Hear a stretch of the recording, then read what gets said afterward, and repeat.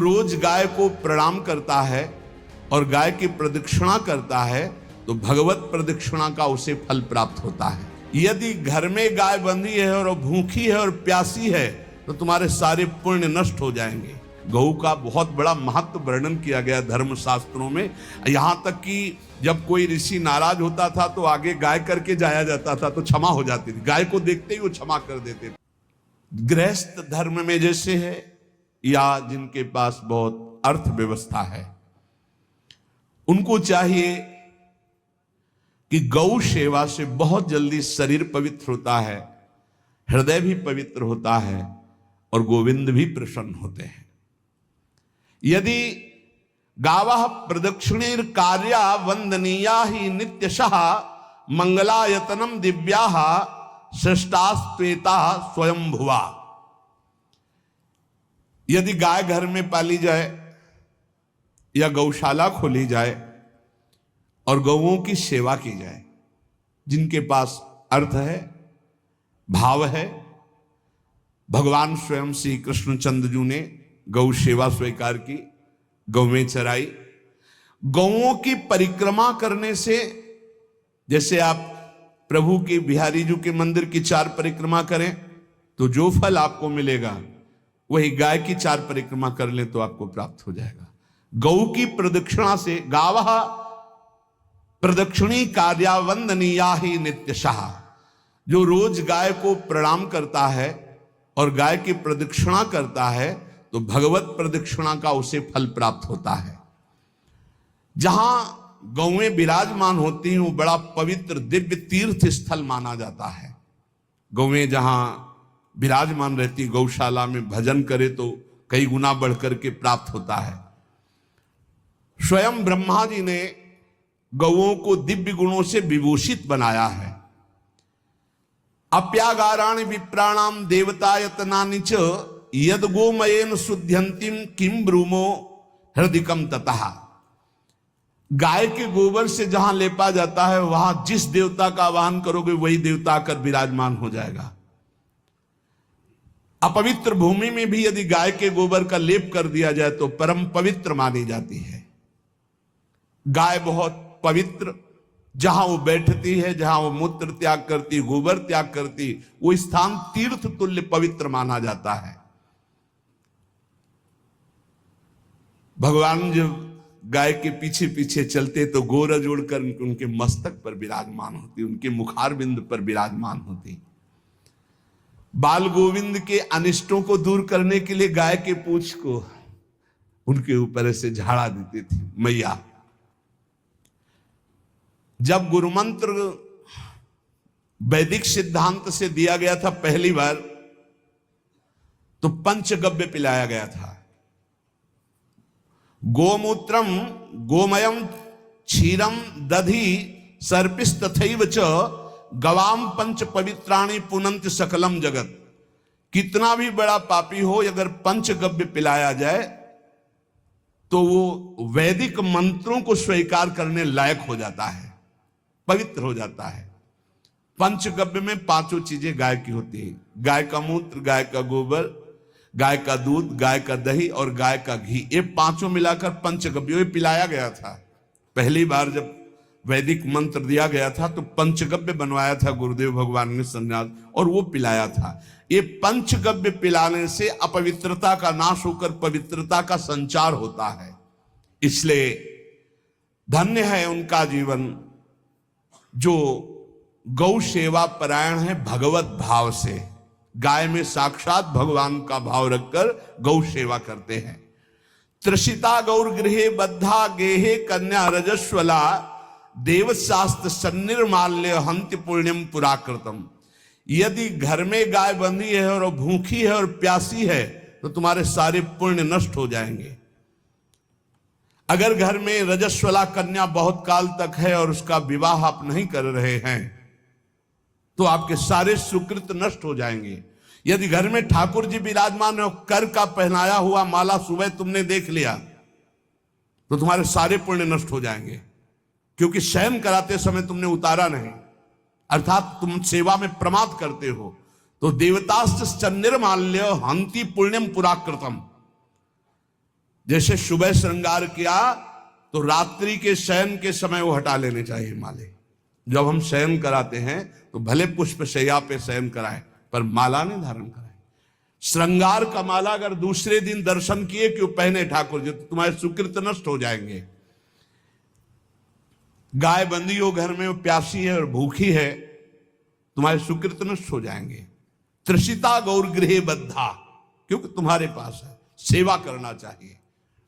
यो वै गाम प्रतिसिद्धेन्त चरंतिम च स्वतरणम नरहा तस्य पूर्वे च पितरा कंपन्ते पतनोन्मुखा। यदि गाय हरी हरी घास चर रही कहीं और तुमने डंडा ऊपर प्रहार किया, लाठी मारी, तो तुम्हारे पितर खोपड़ी के बल नरक जाने के लिए तैयार हो गए। ये लिखा है चरंतिम स्वम तृणम नरहा तो तस्य पूर्वे च पितरा कंपन्ते पतनोन्मुखा। इसीलिए क्या भारत से कहीं किसी की तुलना हो सकती है, जहां गौ को माता की पदवी दी गई, जहां गौ को हम आराध्य देव के रूप में मानते हैं, आराधना करते हैं।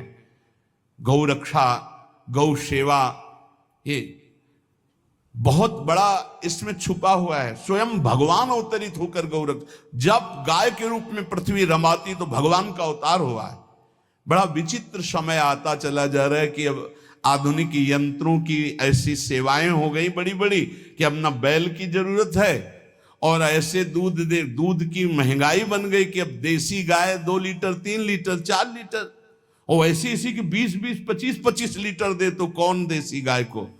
तो गौओं का सेवा का भावना शास्त्र आज्ञा करता है कि जो प्रतिदिन अग्रग्रासे परोभावा कर्तव्यो भक्ति तोन्वहम अकृत्वा स्वयं आहारम कुर्वम नापनोति दुर्गतिम।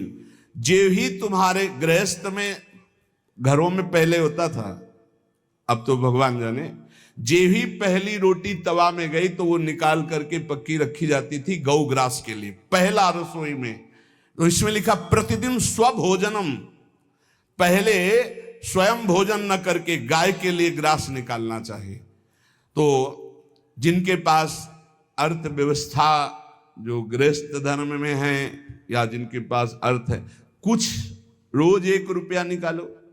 हम कह रहे रोज निकालो तो महीने में 30 रुपया होते, 30 रुपया में एक गाय को हरी घास तो एक टाइम पवा ही सकते हो ना, बहुत नहीं है तो 1-1 रुपया निकाल के अगर एक गाय को चारा दोगे तो एक बार का भोजन तो हो ही सकता है। 30 रुपया में हरी घास जाकर के उसके दावा एक बार तो पवा दोगे ना। अग्रग्रासे परोभावा कर्तव्य भक्ति तोन, हम भक्ति पूर्वक गाय को 1 ग्रास भोजन में 1 रोटी तो निकालना चाहिए गाय के लिए, ऐसा शास्त्र आज्ञा कहता है।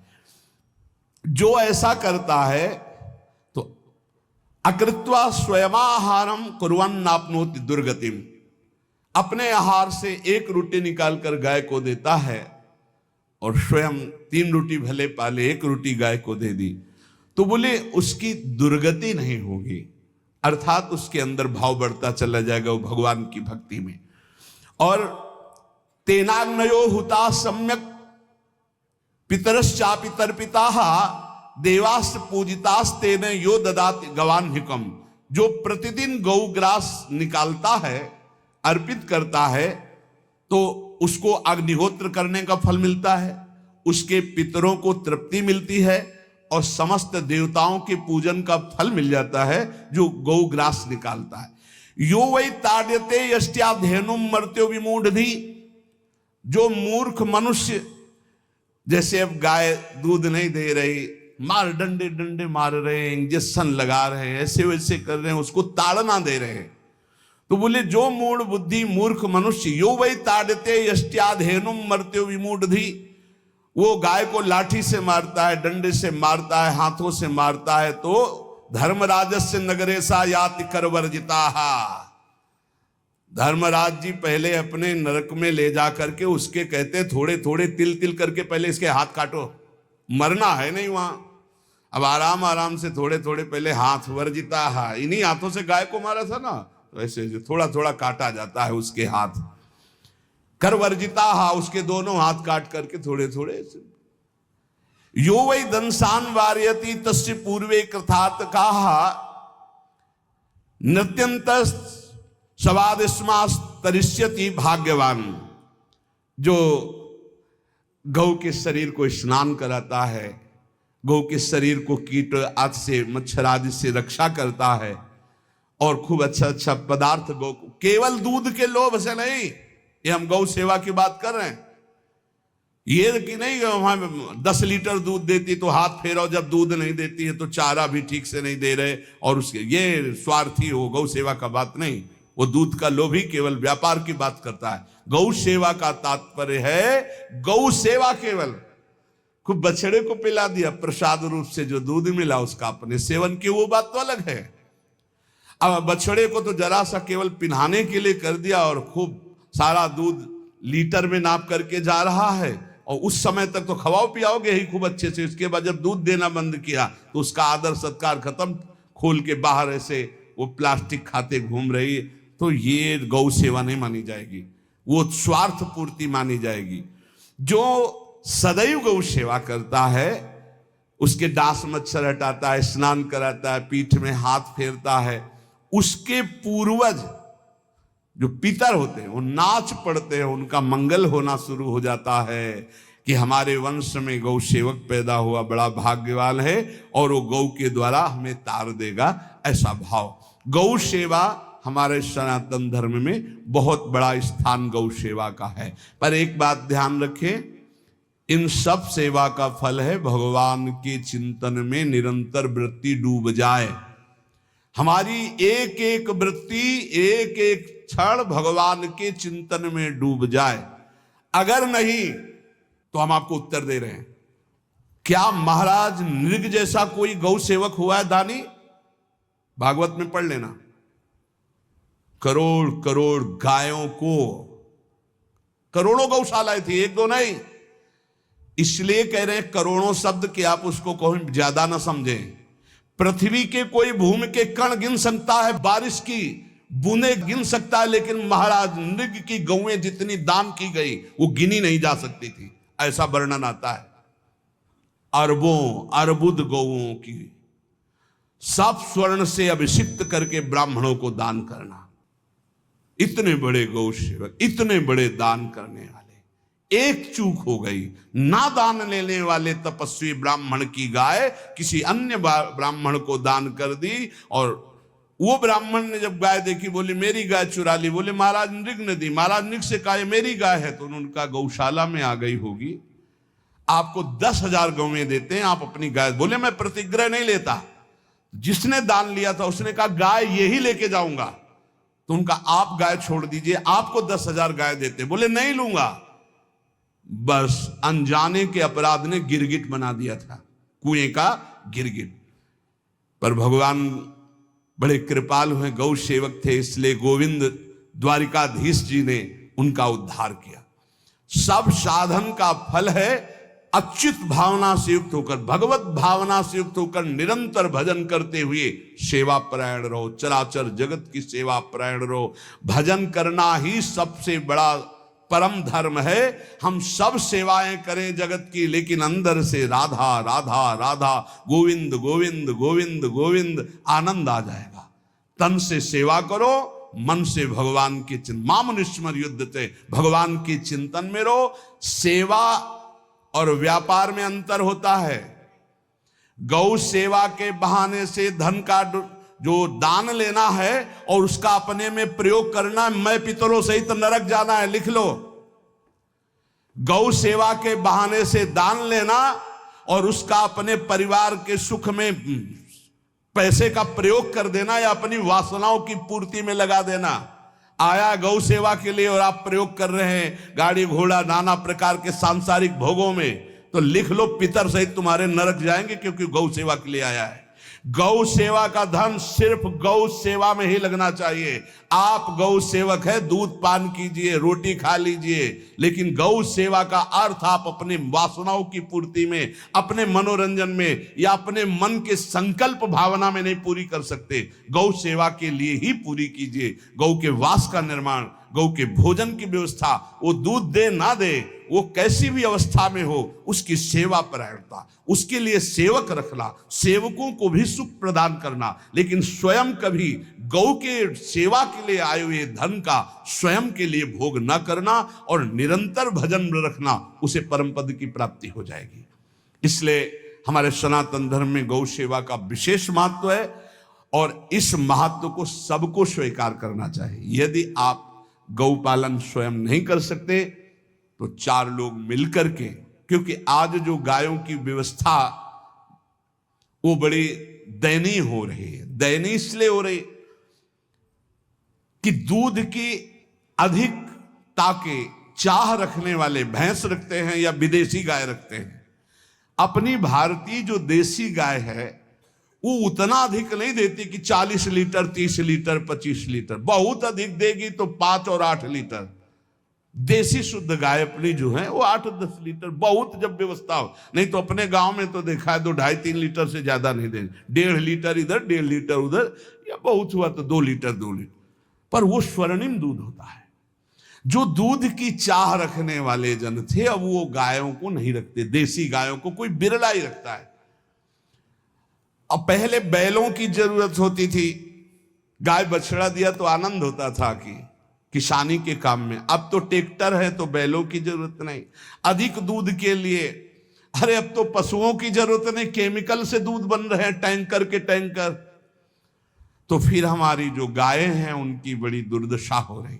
तो हमें चाहिए कि जो गृहस्थ जन हैं, धनी मानी जन हैं, या जिनके पास शरीर व्यवस्था, बौद्धिक स्तर सेवा परायण, अर्थव्यवस्था, वो थोड़ा 4 गाय की व्यवस्था करके उनकी सेवा करें, क्योंकि हमारे सनातन धर्म का स्वरूप है।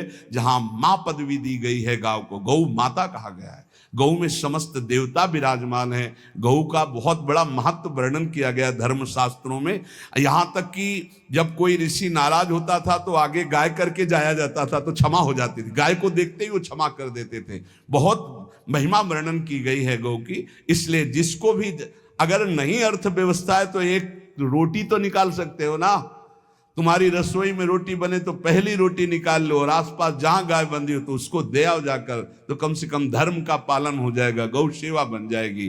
तो गौ सेवा, चराचर जगत की सेवा, भगवत सेवा, सबका फल है। फिर प्रारंभ में आ जाइए स्मृति। योगी हो तो चित्त की वृत्ति का निरोध करके परमात्माकार, ज्ञानी है तो चित्त वृत्ति का लय करके स्वरूप स्थित, भक्त है तो एक एक वृत्ति सावई मनः कृष्ण पदार विंदयो।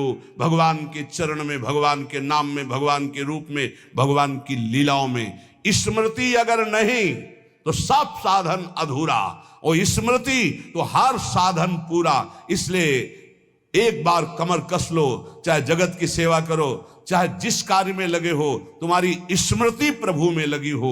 स्मृति के बिना हम जीवन का कोई महत्व नहीं समझते। स्मृति विहीन जीवन सब व्यर्थ। इसीलिए उन परमहंसों के चरणों में स्वयं भगवान चरण रज लेने के लिए पीछे डोलते हैं, जो निरपेक्षम मुनिम शांतम निर्वैरम समदर्शनम अनुब्रजाम्यहम नित्यम पुयत्यंगुरेण भी।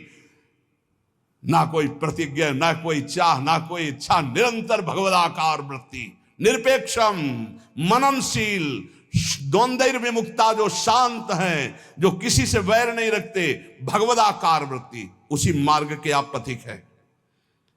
सर्वतो भावेन अपने मन को समेट लो धर्म और कर्म दोनों से, और साब त्यज लोक धर्मान, और परम धर्म का सेवन करते हुए समस्त चराचर जगत को भगवत स्वरूप निरखते हुए इसी जन्म में परम पद को प्राप्त हो जाओ। सत्संग का सार हमारा शरीर है, इससे सेवाएं बने, हमारा मन है, इससे चिंतन बने, हमारी वाणी है, इससे लीला गुण का गायन करें, और हम स्वयं परमात्म अंश हैं, परमात्म स्वरूप है, ऐसी ठसक बनी रहे, जीवन मुक्त ही हो।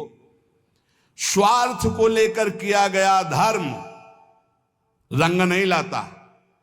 निष्काम किया हुआ छोटा सा भी धर्म परमार्थ की ऊंचाई पर चढ़ा देगा।